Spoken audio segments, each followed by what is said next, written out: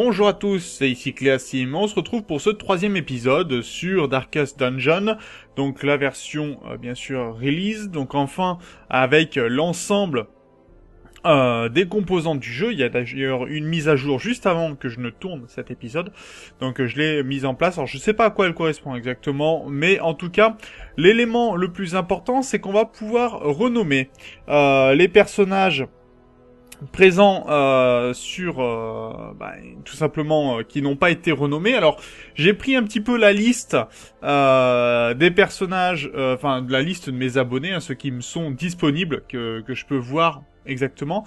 Alors je vais changer certains noms, notamment je vais commencer par ce bandit qui va se renommer Slan, tout simplement pour le récompenser du fait qu'il participe beaucoup aux commentaires de la chaîne, et ça me fait plutôt plaisir. Donc je comptais lui faire ce petit hommage en le mettant en tant que bandit, même si c'est peut-être pas forcément ce qu'il demandait. J'aime en tout cas penser qu'il appréciera ce geste. On va aussi changer le nom de ce croisé et on va commencer par l'appeler Yassine Hack. Yassine qui je crois a déjà eu je crois un personnage dans une de mes séries, si j'ai bonne mémoire. On va passer à cet homme d'armes, pardon, qui va se nommer Théo Dacheux. Voilà. On va ensuite passer à notre lépreux. Et il s'appellera donc Vaaka. Voilà, j'ai ma petite liste sous le bras. Et donc on continuera bien sûr comme ça à descendre la liste au fur et à mesure des épisodes. Donc là, je vais certainement tourner plusieurs épisodes à la suite, ne vous inquiétez pas, ça sera tout à fait normal. Voilà. Donc, on avait recruté suffisamment de personnes, voilà, on a encore un peu de place. On va changer de zone. On avait fait les ruines plusieurs fois, il faut monter jusqu'au niveau 2 avant de voir apparaître les boss. Là, je vais essayer de récupérer plutôt des contrats qui me permettront d'améliorer notamment la guilde, puisque je vais en avoir besoin pour la suite de l'aventure. Donc on va en profiter un petit peu, on va partir du côté de la futaie pour récupérer l'anneau de l'archer qui me donne plus de précision pour les capacités à distance contre un peu de vitesse.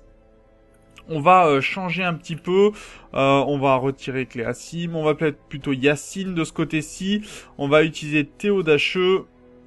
Alors j'avais mis en place une équipe la dernière fois, mais je ne me souviens plus laquelle exactement, donc c'est un peu gênant. On a dit Hermine. Je crois que c'était celle-ci, si je me trompe pas. Si j'ai bonne mémoire. Et on va donc l'utiliser pour aller dans la futaie. C'est parti. Alors, on va mettre, vu qu'on est sur une mission courte, 8 de nourriture, ce sera largement suffisant. 2 pelles et 1 de chaque. Ainsi que 6 torches, je pense que ça sera suffisant, parce qu'on a vu que les torches descendaient assez vite quand même. On va garder notre or, hein, on va en avoir besoin plus tard. Donc si on peut en conserver un petit peu pour pouvoir améliorer nos bâtiments et ensuite améliorer nos héros, ça sera largement suffisant. Alors, chaque région possède ses propres défis, rassemble ton groupe et tes provisions en conséquence. Bien évidemment, hein, par exemple, la futaie, on sait qu'il y a beaucoup plus de poison, donc théoriquement, je devrais avoir plus de potions anti-poison avec moi.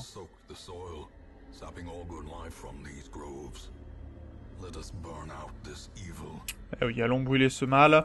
En attendant, il va falloir qu'on se rende vers la première zone. Alors ça, c'est pas mal.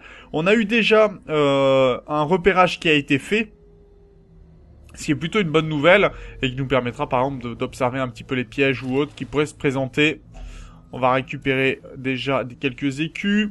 Alors je rappelle, pour les tombes peu profondes, généralement une pelle suffit, et on va récupérer ici des écussons et un émeraude. Par contre, on brûle une pelle hein, pour ça.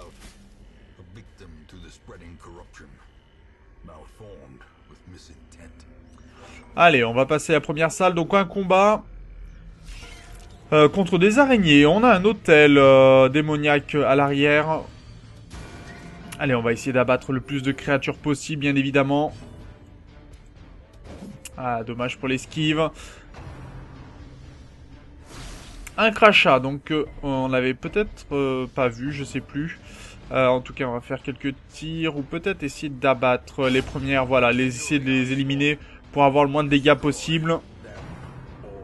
Alors la toile qui est manquée, mais il faut savoir que la toile peut faire un stun, marque la personne et surtout baisse les caractéristiques.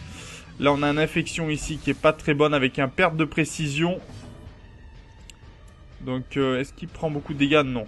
Alors on va utiliser, qu'est-ce que l'on a? Soutenir, coup de gueule qui, ok. Et ceci qui a donné un étourdissement. Donc on va essayer de tuer les créatures ou tout le monde les blesser pour tirer avec un coup de pistolet peut-être. Une morsure va être donnée. Double infection. Donc là, par contre, il va falloir soigner en conséquence. Donc on va soigner le poison. Et on va essayer d'abattre la première araignée. Malheureusement, elle aura esquivé. Elles sont rapides, ces araignées. C'est pas très très bon pour nous. Allez, on va soigner un peu nos soldats. Et ils vont réussir une toile. Heureusement non, mais on va marquer. Alors le marquage fait qu'il va être visé en premier. Hein. Par contre, ces araignées ont une sacrée esquive. Elles ont 15 d'esquive. En effet, c'est sacrément haut pour le coup. Voilà, 2 vont mourir. Là, c'est plutôt pratique. Faut pas abuser des bonnes choses quand même. Et un coup de dague pour les terminer. Très bien. Donc on aura récupéré un peu d'or. Alors... on va utiliser ici donc l'autel horrible, donc qui est dédié aux abominations impies. Et dans ces cas-là, une eau bénite fera totalement l'affaire. Ça va purifier l'autel et ça supprime aussi certaines caractéristiques. Donc j'aurais dû regarder plus quelle obsession pour la nourriture. Ça peut être pas mal des fois, ça peut se permettre d'éliminer certaines caractéristiques graves, hein, notamment quand elles ont un crâne dessus.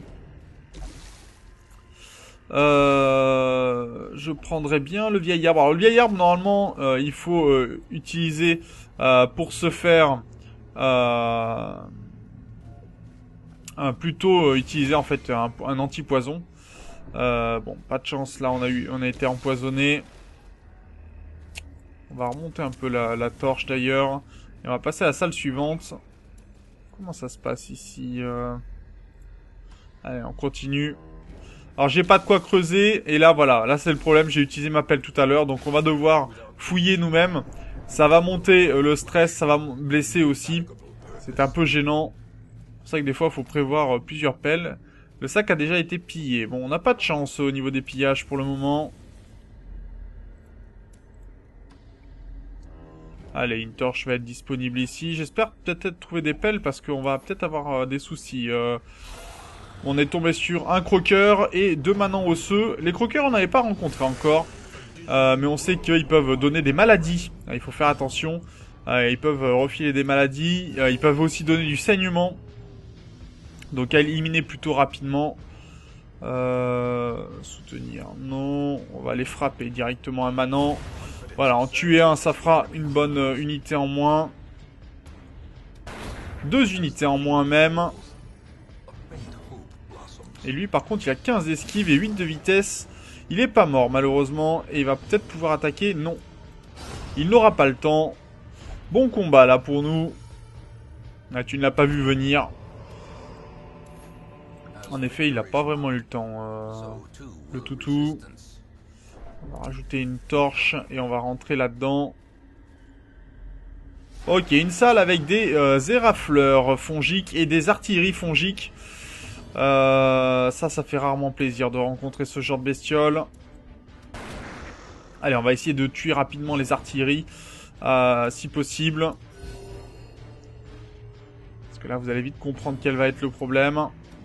Allez, un coup critique qui va faire du bien. Et malheureusement, on n'aura tué personne.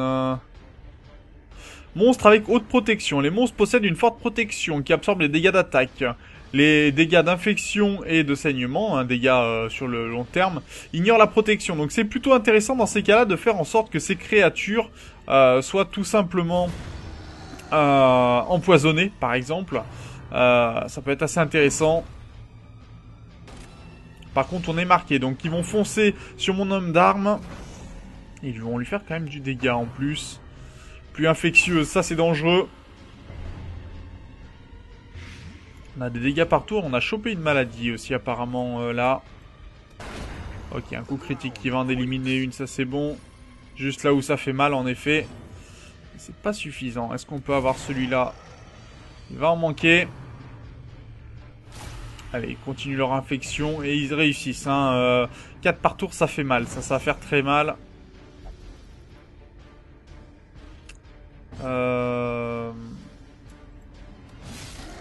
Allez, il va résister. Par contre, ça fait trop mal. Allez, on va tuer celui-là parce qu'il commence à être gênant et se soigner en même temps.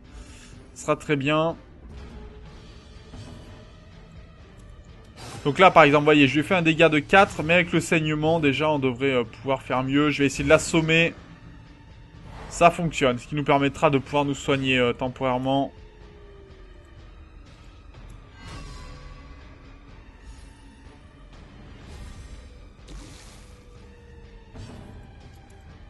Alors, on va soigner ce que l'on peut soigner déjà.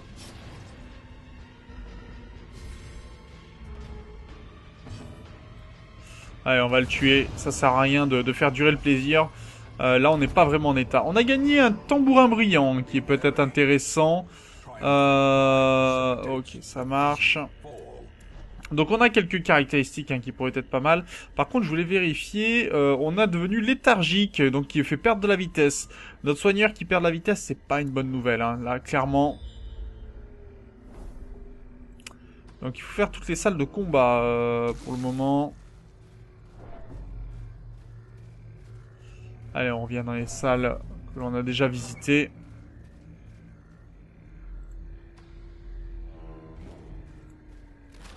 Les caisses contiennent des legs. C'est bon, on a trouvé quelques contrats. On va rajouter un peu de torches avant ce combat. On est tombé sur des ectoplasmes. Alors, on n'a pas vu, on ne connaît pas encore leur capacité, mais on va essayer d'en assommer un pour commencer. Ça serait bien. Alors, il faut savoir qu'on peut faire saigner les ectoplasmes.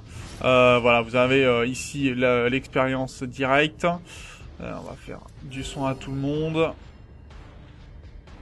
Voilà, lui a été juste étourdi et j'espère pouvoir tuer les deux. Voilà, on a fait notre soin.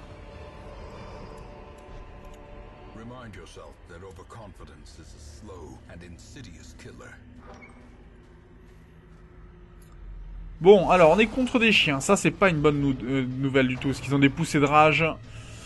Et ces pauvres toutous, voilà, font du saignement.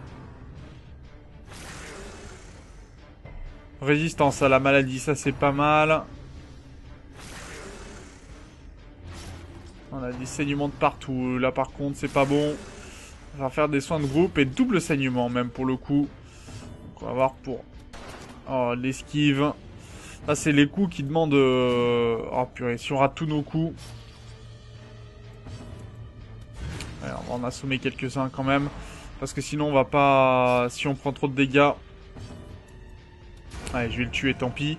C'est pas le meilleur coup, mais j'avais besoin de soins et d'éliminer un adversaire, en tout cas. Et là, on est vraiment pas bien avec tous ces saignements. Et ils attaquent bien la bonne personne, hein, pour le coup. Heureusement, elle a résisté un petit peu, mais pas suffisamment. Enfin, je pense que ça va pas être suffisant, en tout cas. Les saignements, là, ça fait du mal.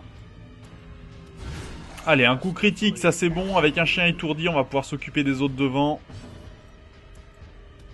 Ah, il esquive bien. Hein. Saleté de chien.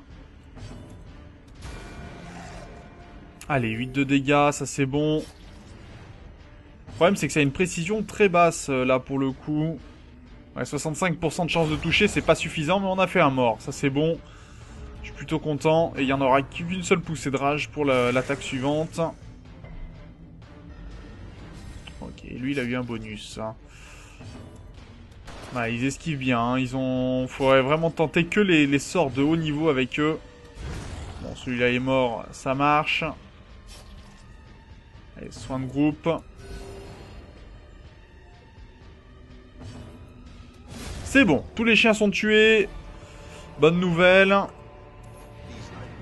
Allez, on a terminé avec les monstres pour le moment, en tout cas. On va essayer d'ouvrir ce coffre.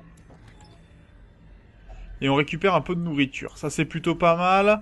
Est-ce qu'on aurait... On va aller voir vers cette pièce-là. Et si je sens que ça se passe pas très bien, on va pas hésiter à fuir le combat et à reculer ensuite. Non, bon, on va pas les blesser, on arrête la quête ici. On peut pas passer le mur, donc autant ne pas risquer nos hommes pour rien. Et donc, on récupère de la nourriture, on récupère en tout cas de l'or, hein, donc en tout 7000 d'or, on est plutôt gagnant pour le moment. Et quelques contrats, pas suffisamment, que 6, je trouve pas ça beaucoup. Alors, second souffle, ça c'est pas mal, plus 10 points de dégâts, 10% de dégâts si les PV sont à moins de 50%, ça c'est plutôt pas mal pour un corps à corps. Anémié, ça c'est beaucoup moins bien, hein, par contre...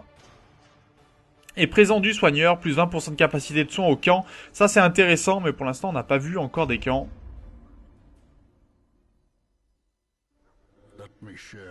Donc, on a déverrouillé la crique, les tanières, et on a débloqué aussi le sanatorium. Le sanatorium qui seront pas mal. Thomas Bernard a été soigné. Très bonne nouvelle, très bonne nouvelle. Par contre, vous voyez, les gens qui sont malades ont une petite indication de ce côté-ci. Donc, on va aller au sanatorium, qui nous permet, voilà, de soigner les maladies et les manies négatives. Apparemment, on peut aussi renforcer les manies positives. Bon, pourquoi pas. L'aile médicale, on va aller ici pour soigner la léthargie. Quand même, ça serait pas mal. Et on va voir quelques... voilà, kleptomane, par exemple, j'aimerais bien le soigner pour Cléasim. Qu'il ne l'est plus du tout. Alors, vous voyez, ça coûte extrêmement cher. Hein. Bon, j'aurais pu monter tout ça. Pour l'instant, je ne vais pas le toucher. On va garder plutôt d'autres caractéristiques, mais on s'en chargera bien sûr par la suite. Réduit les entraînements. Il va manquer un tableau pour le coup ici. Et de ce côté-là, je vais pouvoir monter les armes au rang 2, ce qui me favorisera bien sûr.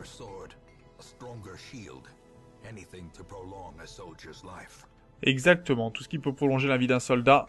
Donc vous voyez pour le moment, ah si, on va pouvoir quand même le monter de ce côté-ci, donc au moins monter les armes. Pour l'instant on n'a pas encore l'armurerie, mais on va pouvoir monter les caractéristiques de certains de nos héros. Ce qui fait qu'ils seront bien sûr plus efficaces. Alors on va pouvoir monter tous. C'est pour ça que ça coûte extrêmement d'or, hein. Vous voyez, bon, ceux qui sont niveau 1, c'est pas très gênant. Par contre, il va falloir que je monte... Yacine, est-ce que je peux le monter? Non, il faut que je sorte d'ici. Alors, attendez, excusez-moi. Je vais juste sortir les gens de combat pour qu'on puisse tout simplement les améliorer. Parce que sinon, je vais pas pouvoir. Et j'ai besoin de les déplacer également. Voilà. On va mettre nos corps à corps à bonne distance. Celle-ci étant un peu plus de soutien. Mais voilà. Ça, c'est une bonne nouvelle. Et on va pouvoir ramener de nouvelles unités. Alors, à savoir, je vais ramener un postulant maître chien. Qui est aussi un... on va dire un homme de distance, en tout cas. Et on va ramener un petit bouffon. Alors, les bouffons, c'est vraiment une unité de soutien que j'apprécie beaucoup, moi, personnellement. Qui est assez intéressante à jouer. On aurait un soin de plus. Je me dis que pourquoi pas, pour l'instant. Même si j'ai tendance à préférer les vestales. Est-ce que j'aurais des occultistes encore est-ce que j'en prends un ou pas? Parce que l'occultiste est pas mal pour faire déplacer les équipes adverses.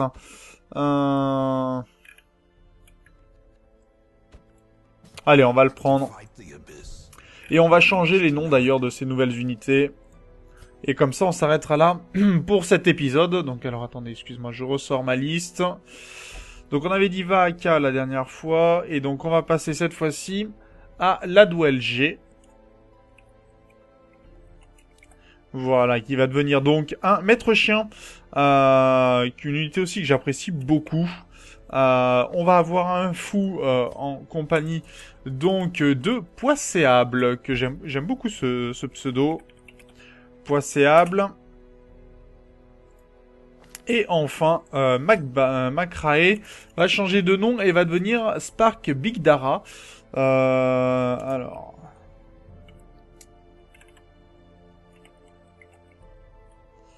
Ok, donc je vais être juste ce qu'il faut en termes de taille. Voilà, ça sera un occultiste, donc une unité de soins, hein, vous voyez, qui peut faire des soins et d'autres éléments. Il peut se positionner un peu de partout, donc ça peut être intéressant.